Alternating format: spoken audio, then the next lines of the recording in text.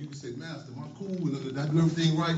This system will say, no, nigga, turn over. It's never satisfied. It's a parasitical system. So we got no choice but to struggle. I'm gonna pull this piece up, but I wanna, I've been getting some information. I'm learning. I wish I could have got, I'll get a copy of this recording. Some stuff y'all was talking about earlier about, you know, Kansas City in particular, because when I go to different places, we don't, that was bad. Yeah. Can we turn that, fix it? Y'all hear me with that? Okay. I said we went down to New Orleans in response to Hurricane America. That's what we referenced to a post called Hurricane Katrina. You know, our position is that Katrina didn't kill nobody, and it's important we give credit where credit is due. That we didn't come as some sort of, saviors. We are honored. In fact, Ministry UEP had this big thing about being a servant of the people. And we studied the people. We learned about what they referenced the Soul Patrol. These are brothers and sisters who helped, save our people down there after the storm. They use the refrigerator, so on and so forth. So when I come to different places, it's not coming in the stereotypical definition of the quote-unquote leader.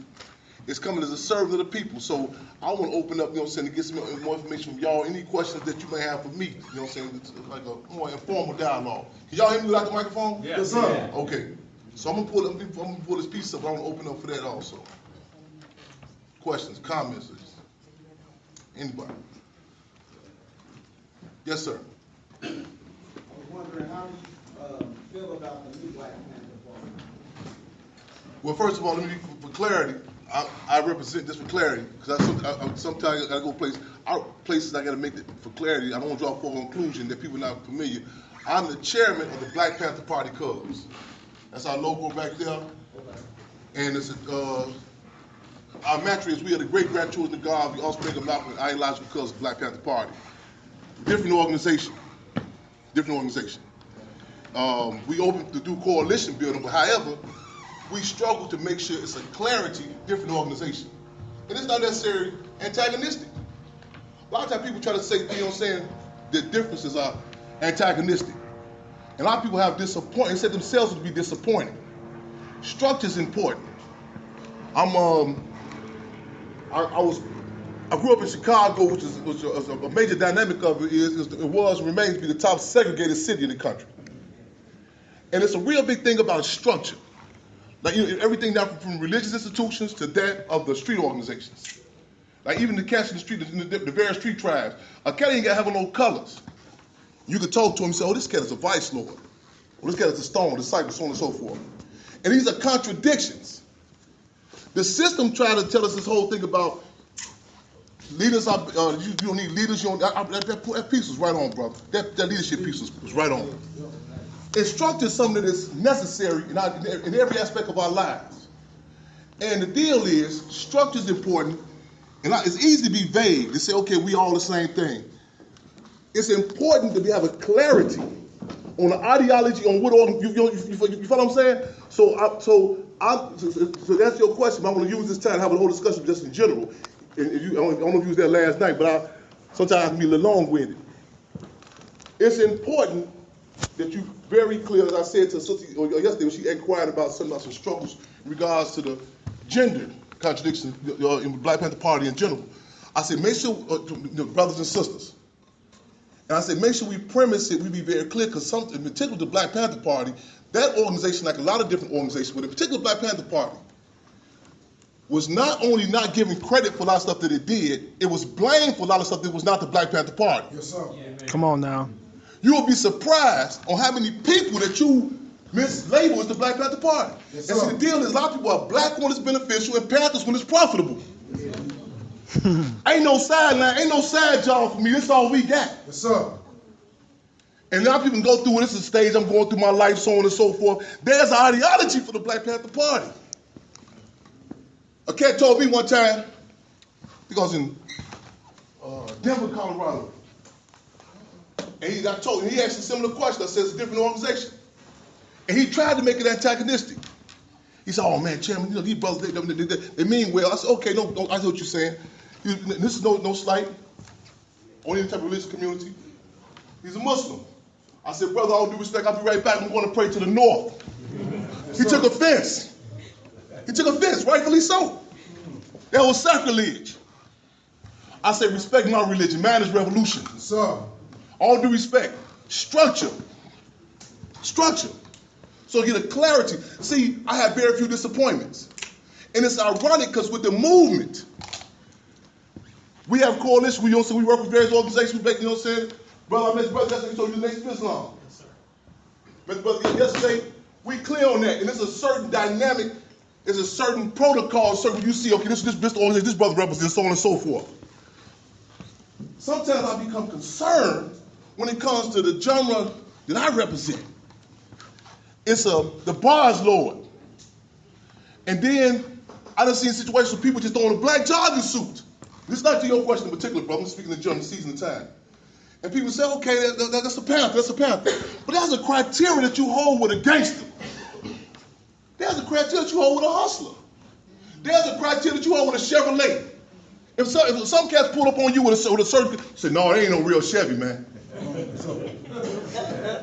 No, dude, he faking. He ain't no real hustler. He ain't from the streets. What, the Black Panther Party? And that legacy? Yes, sir. It's in the bars, Lord. And it's all, there ain't no real rapper. There's a criteria for this ideology.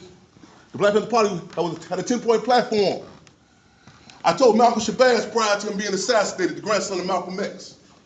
I told him, I say, in fact, it's October 10th, his birthday, prior to him being assassinated, I said, I didn't come up in an abstract situation. I say, I'm not Chairman Fred Jr., not just because I look like him. You know what I'm saying?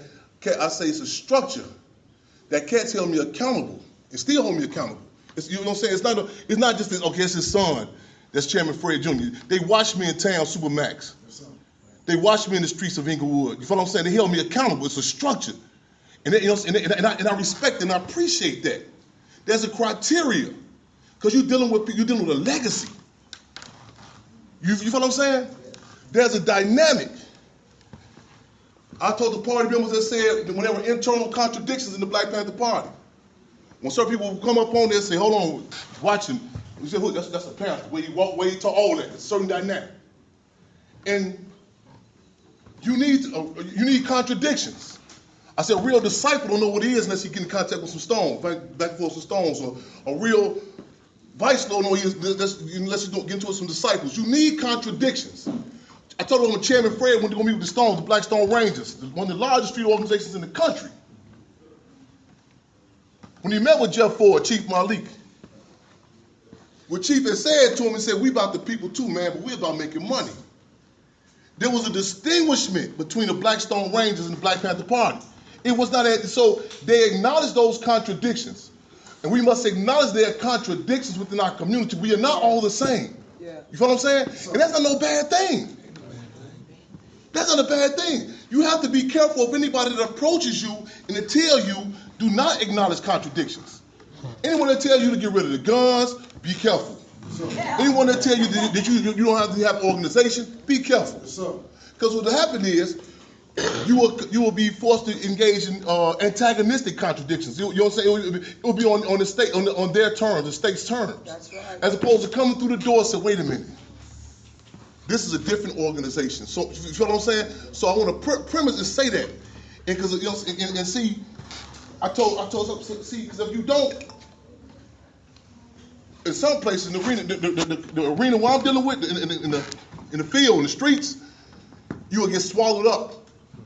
Like I told a guy when I was held captive in one of the concentration camps, euphemism, prisons.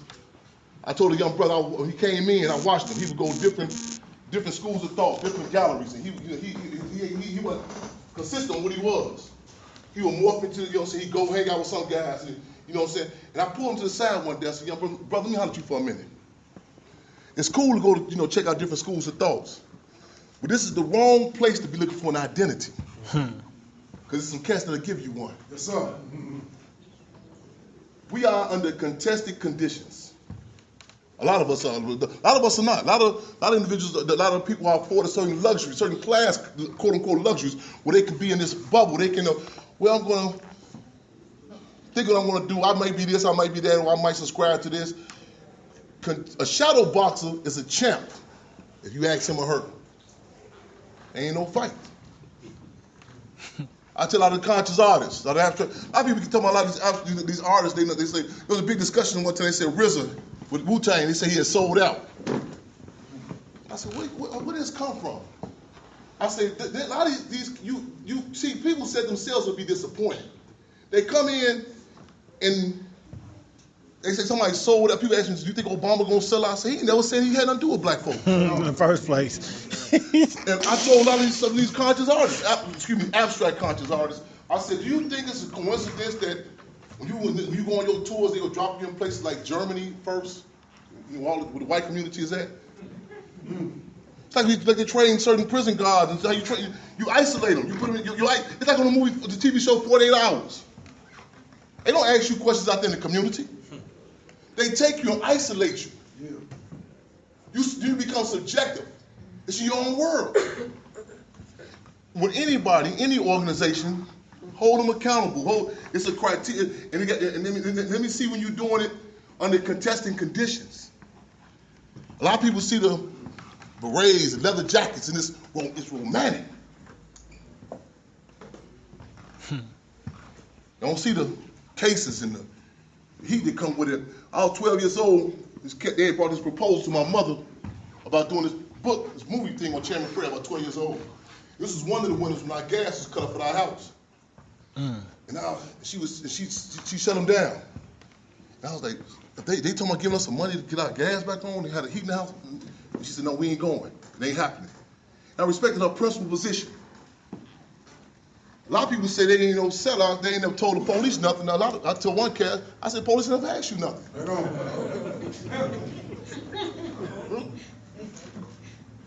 Contested conditions.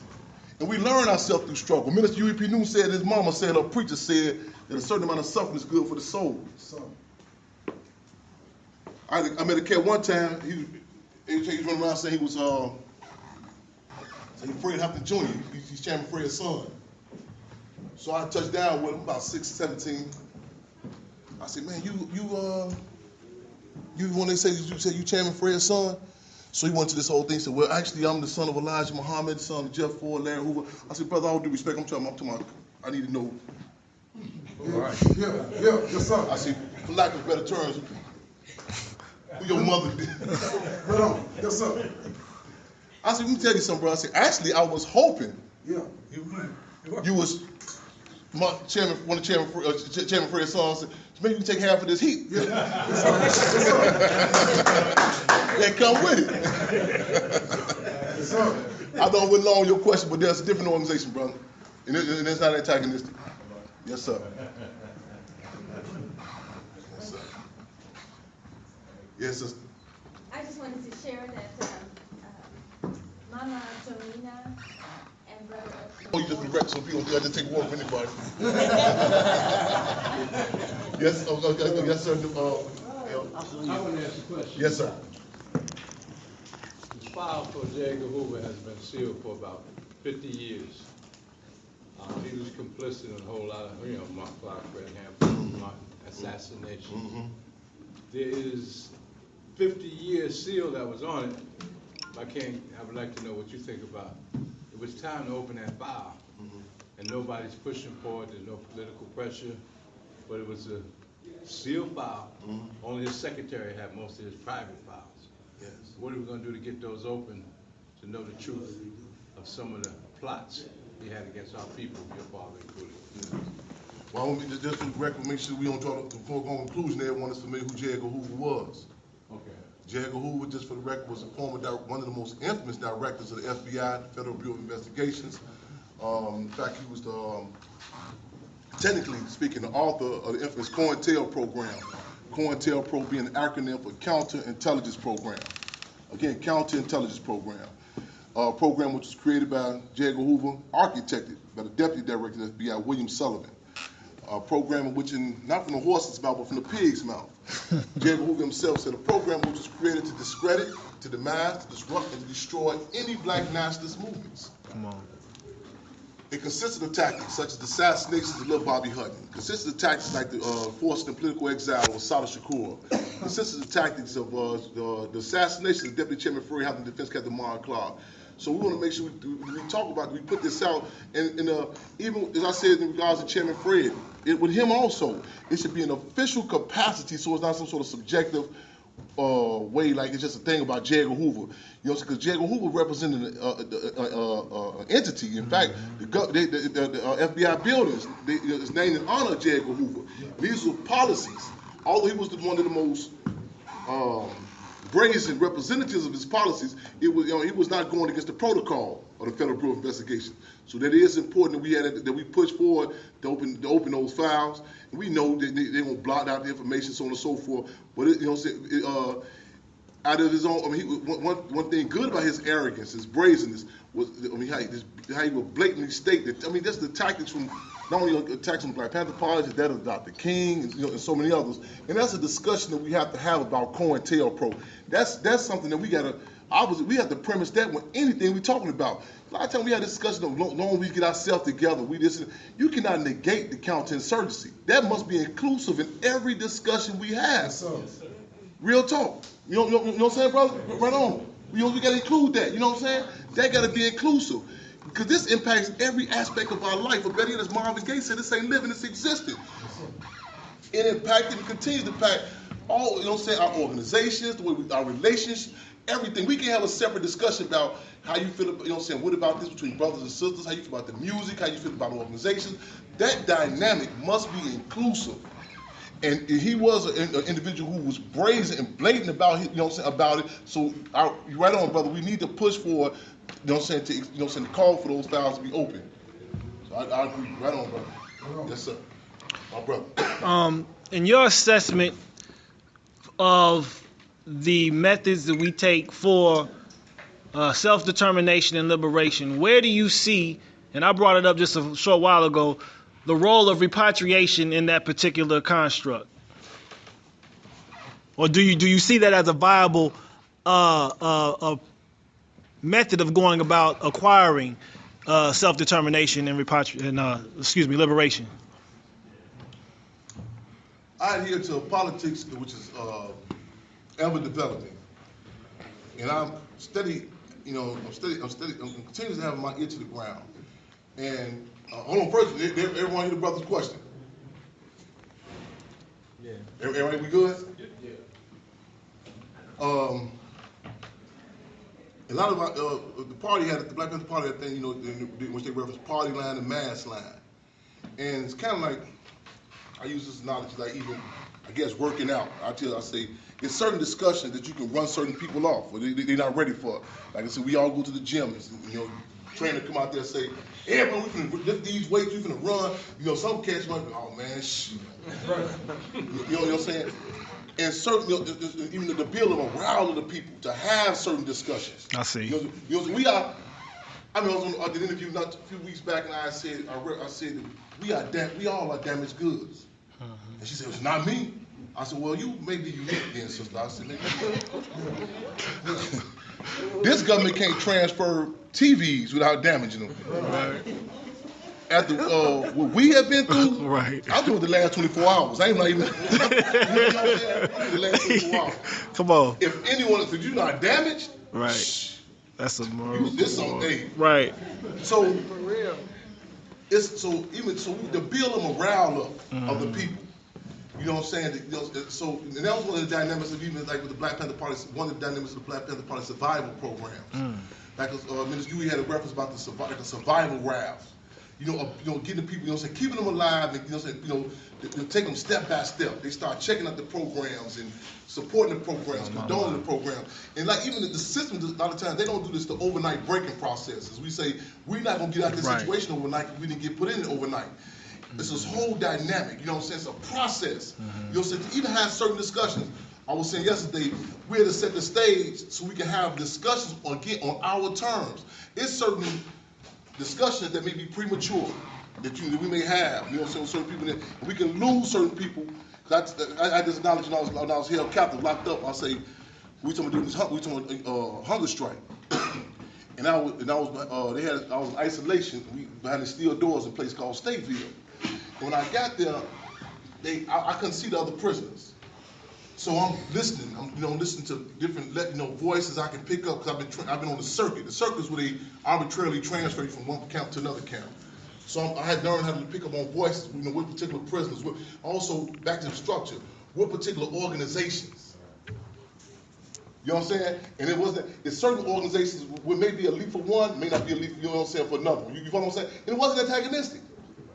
It was important to be a clarity. You follow what I'm saying? So I'm listening. So guys, they putting kites, letters up on the door. Watch this guy. Don't talk to this guy, Chairman. He's a stool pigeon. Watch this guy. This guy's an informant. So finally I came to the door one day. I said, hey, I'm behind a steel door. You might be the warden out there. I don't know who, you know what I'm saying? I can't see none of y'all, so I'll give y'all a heads up.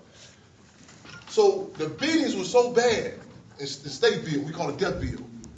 Lieutenant Luther Manning was a lieutenant in our house.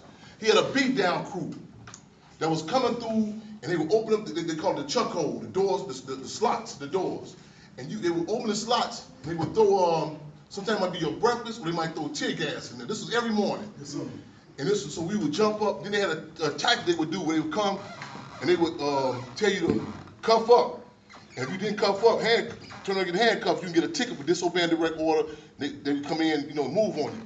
So we learned to listen to footsteps, how many guards would come on the door, so on and so forth. So I started working a dynamic. I said, let me find out who I'm working with. I put my ear to the ground, the 9 kings, how many stones, how many bicycles, so on and so forth. And I did the whole history of what I'm dealing with. How many, what cats have been bitten before, had done time before. And there's certain discussions that I wouldn't throw out there. There's one cat who's a real reactionary cat. I listened to how he would, engage in conversation with the police all the time. I listened. And so I said, we was gonna put together a hunger strike. But I had to get the word out to the streets because it's important when you especially in prison, especially in concentration camps. Be careful not to be isolated. So I said, how am I gonna get this word out to the streets? There was a couple of Aryan Brotherhood white cats.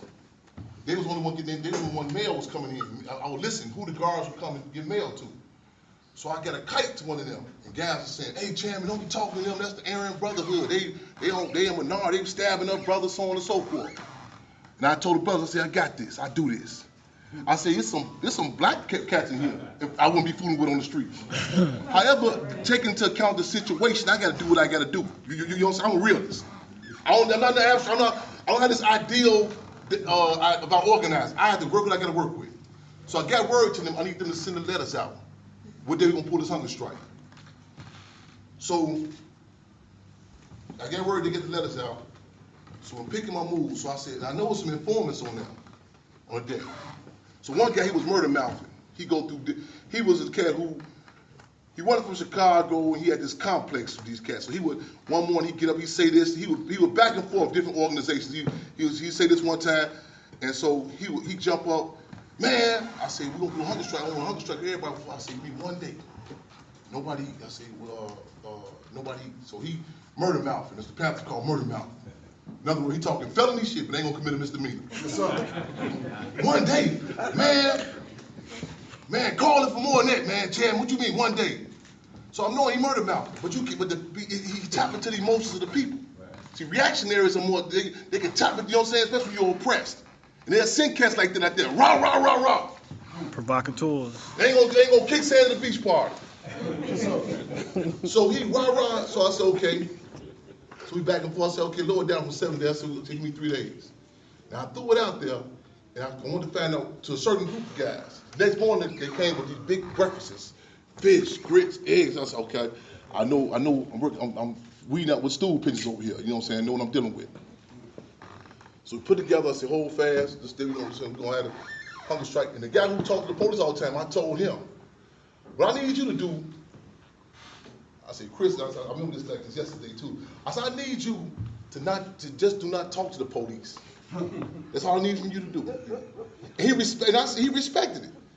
And that, when the guards came through, and that shook them up. See, that was a leap for him. You follow what I'm saying? And it built the morale up. You feel what I'm saying? To have other discussions. I see. In fact, his brother Jackie Wilson, Google his name, Jackie Wilson, prison number 8-91101. Jackie Wilson. Jackie Wilson was a part of the Wilson brothers, Jackie and Andrew Wilson. These two individuals were part of the largest manhunt in Chicago, but the Chicago police manhunt. Former mayor of Chicago, James Byrne, put a $10,000 hit on their head.